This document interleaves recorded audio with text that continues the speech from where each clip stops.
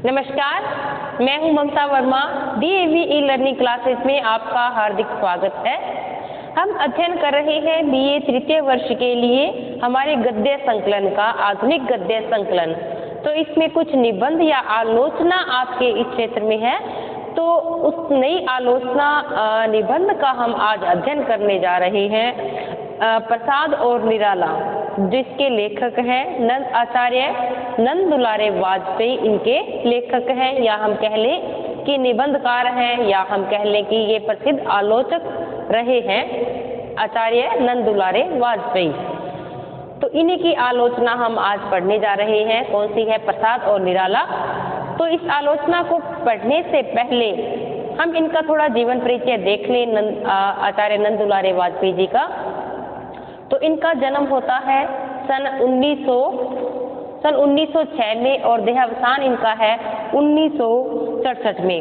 तो आचार्य रामचंद्र शुक्ल ने हिंदी आलोचना के क्षेत्र में जो उत्कर्ष प्रदान किया है, उसे और अधिक निखारने संवारने का काम जिन प्रमुख आलोचकों ने किया, उनमें प्रमुख नाम आता है आचार्य नंद दुलारे वाजपेयी का नाम अग्रणी है।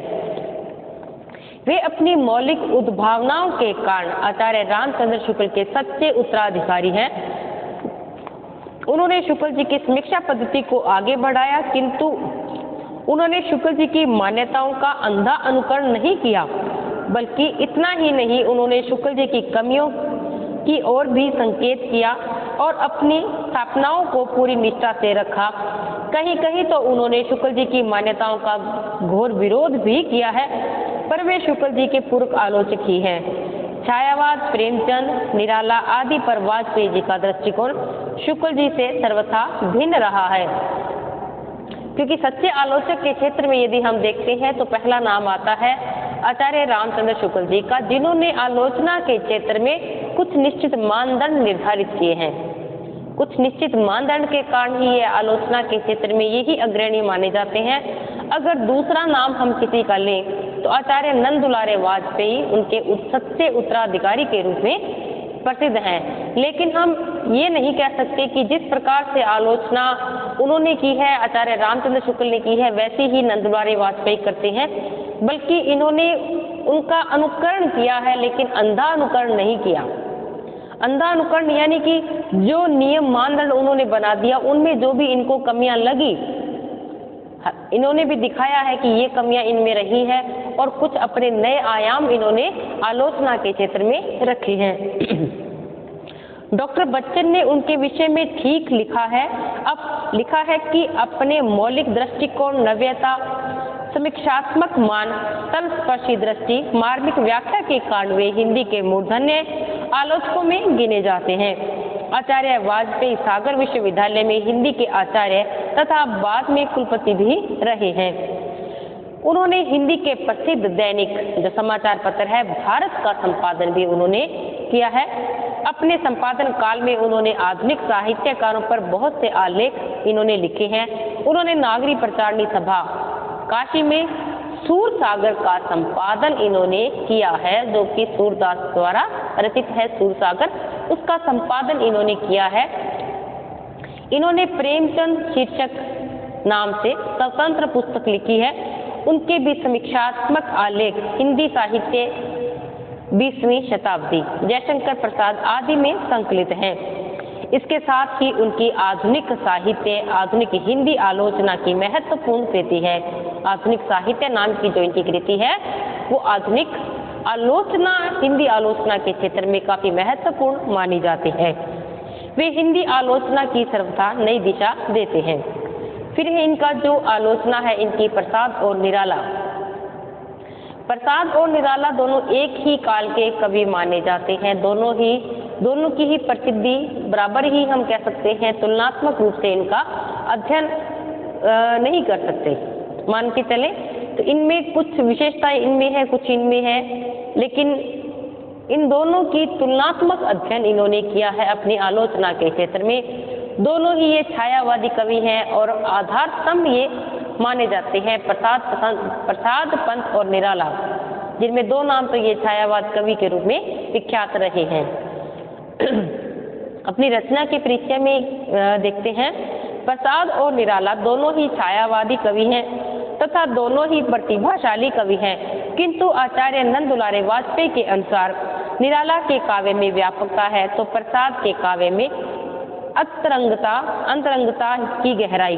प्रसाद के काव्य में भाषा संस्कृतनिष्ठ है, प्रसाद का जो काव्य है उसकी भाषा संस्कृतनिष्ठ है, जबकि निराला की काव्य में भाषा के नए नए प्रयोग इनके मिलते हैं। वे छंद को तोड़कर अतुकांत कविता की परंपरा आरंभ करते हैं। दोनों कवियों की दार्शनिक चिंतन की ऊंचाई है।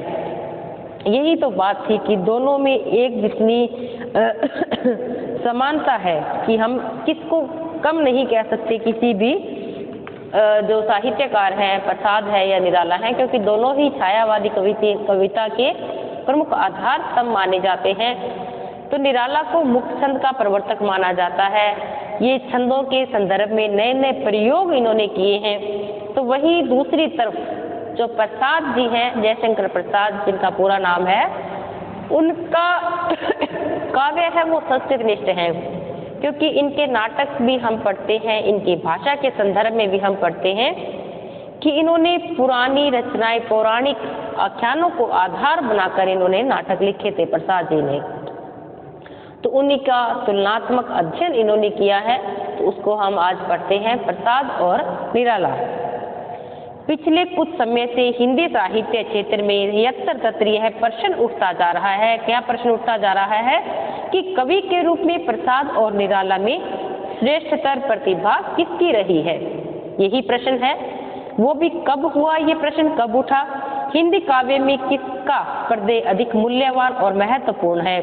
विशेषकर निराला जी के स्वर्गवास के पश्चात इन प्रश्न को साहित्यकों के बीच में आग्रह पूर्वक विचार का विषय बनता जा रहा है।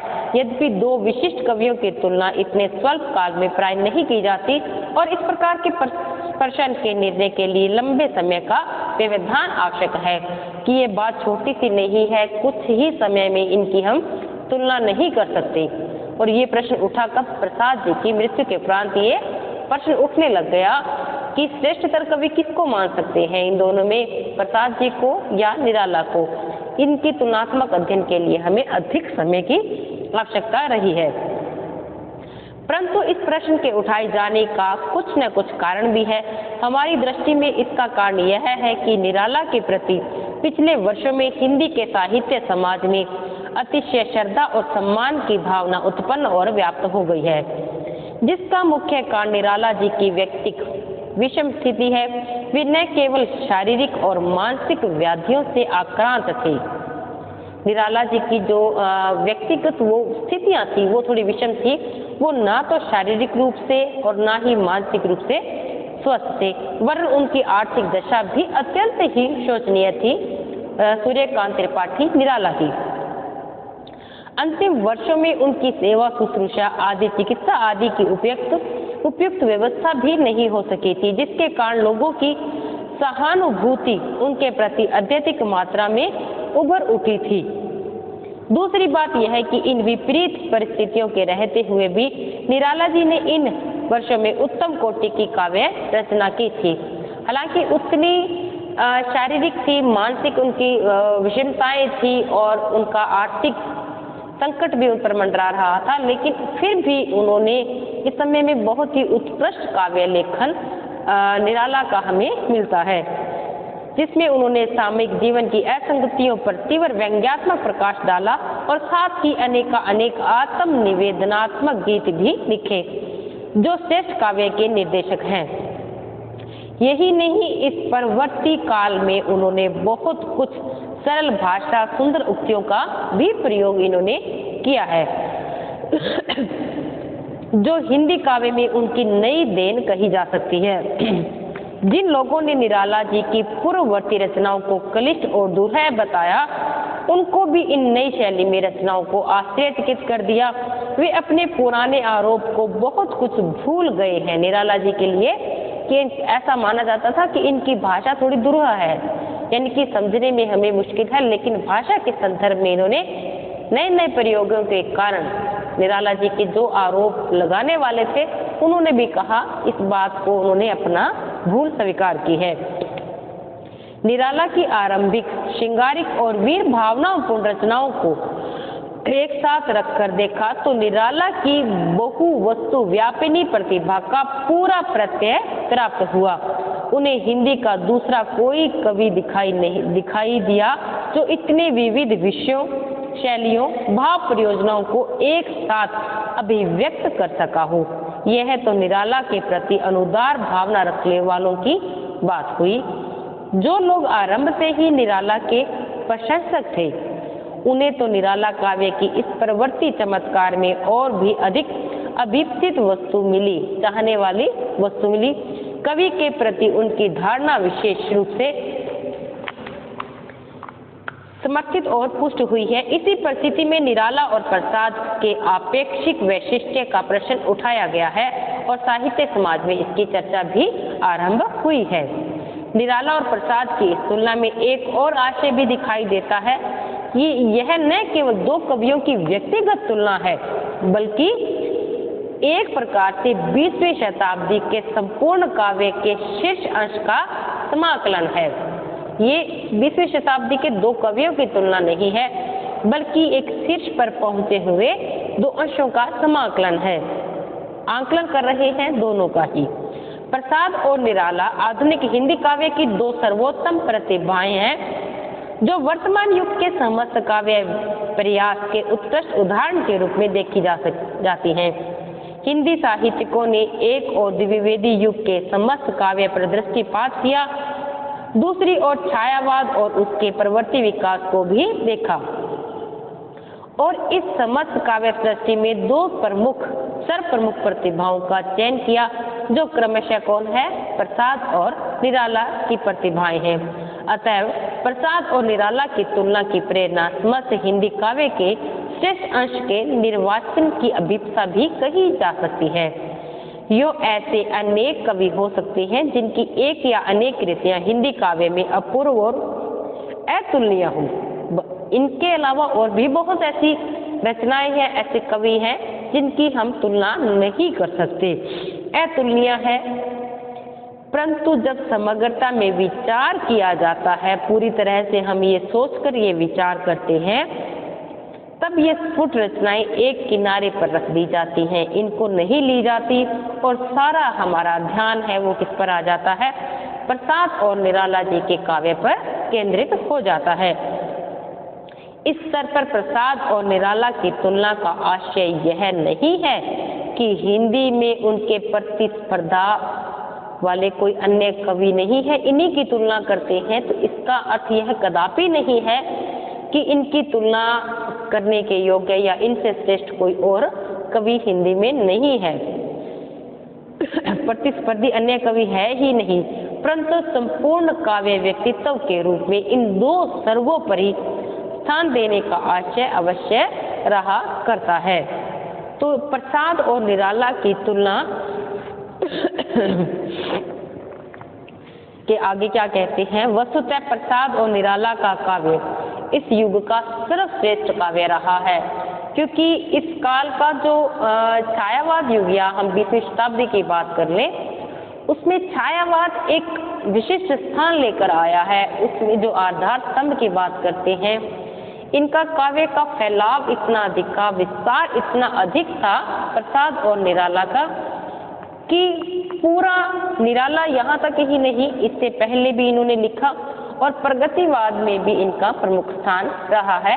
इस कारण से 20वीं शताब्दी में जो छाए हुए कवियों में हम नाम ले लें तो प्रसाद और निराला का ही आता है। इस कारण से ही इनकी आलोचना को हम आगे रखते हैं। वस्तुतः प्रसाद और निराला का काव्य इस युग का सर्वश्रेष्ठ काव्य रहा है। श्रेष्ठ काव्य के जो भी प्रतिमान स्थिर किए जाएं, उनका विनियोग इन दोनों कवियों के काव्य में निर्बाध रूप से किया जा सकता है। सबसे पहली बात जो इन दोनों कवियों में समान रूप से पाई जाती है, जीवनानुभव की वास्तविकता, व्यापकता और गहराई की है। इनकी सबसे बड़ी बात क्या है? इनकी जो इनके जीवन के अनुभव हैं उसकी वास्तविकता है और इनकी व्यापकता, यानी कि अभी हमने बात की कि इनका जो काव्य है छायावादेतर काव्य में भी इनकी महत्वपूर्ण भूमिका रही है और गहराई इनके काव्य में मिलती है, रहस्यवाद भी इनके काव्य में मिलता है। अनुभव की वास्तविकता से यहाँ आशय यह है कि इन दोनों कवियों के भाव जगत में हिंदी की विविध स्थितियों और मनोदशाओं का यथार्थ योग है और इनका दृष्टिकोण वास्तविक मानव जगत की सच्चाइयों का आकलन करना है। ये दोनों कवि न तो कोरे भावनावादी है और न ही कोरे कल्पनावादी है। ऐसी ही बात नहीं कि पूरी तरह से कल्पना से अभिभूत होकर ये काव्य लगते हैं, और दूसरी बात यह भी नहीं कि ये पूरे भावग्रस्त ही इन्होंने कविताएं लिखी हैं, बल्कि इनका संयोग इनका मिलता है इनके काव्य में। इनके काव्य में मानव अनुभूतियों की यथार्थता सन्निविष्ट हुई है। दूसरे शब्दों में ये दोनों कवि अर्थों में मानव जगत की स्थितियों और सहानुभूतियों के कवि हैं। इनके काव्य का केंद्रीय तत्व जीवन को ऊपर से न देखकर उनके अंतरंग में जाकर देखने का है। यही कारण है कि जब अन्य अनेक कवि जीवन स्थितियों को छोड़कर केवल उनके आदर्श या अभिलषित रूप का निरूपण करने लगते हैं, तब इन दो कवियों ने मानव अनुभवों का यथार्थ संस्पर्श कभी नहीं छोड़ा है।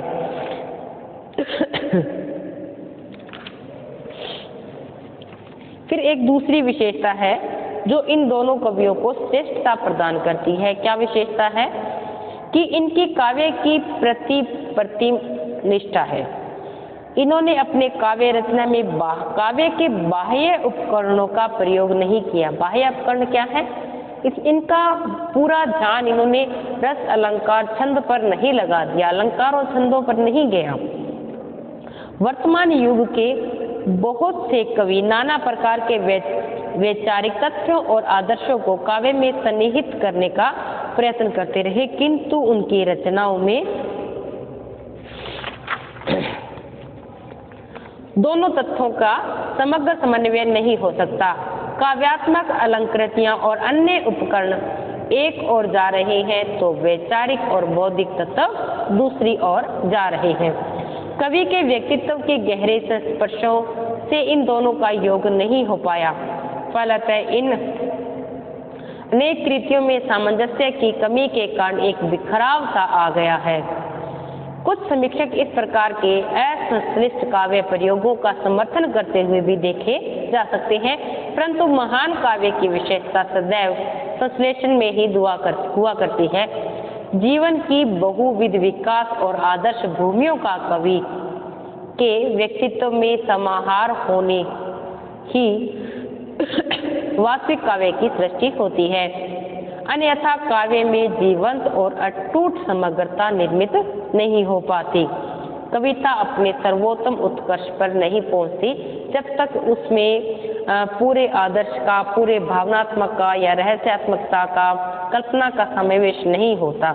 इन्होंने बाह्य उपकरण यानी कि अलंकार छंदों की ओर इनका पूरा ध्यान इन्होंने नहीं दिया, क्योंकि इनमें जब कविता बन जाती है तब इतना एक बिखराव सा आ जाता है कृतियों में, इतना एक भावात्मक लगाव उससे नहीं रहता कविताओं से। तो यही कारण है कि इनकी कविता थी जो प्रसाद और निराला की। निराला को तो महाप्राण भी कवि को कहा जाता है, क्योंकि इनकी कविताओं में ओजपूर्ण कविताएं मिलती हैं। निराला का जो काव्य है छायावाद में तो है ही, रहस्यात्मक अनुभूति देता है, साथ ही साथ ये प्रगतिवादी चेतना की ओर भी उन्मुख इनका काव्य होता है।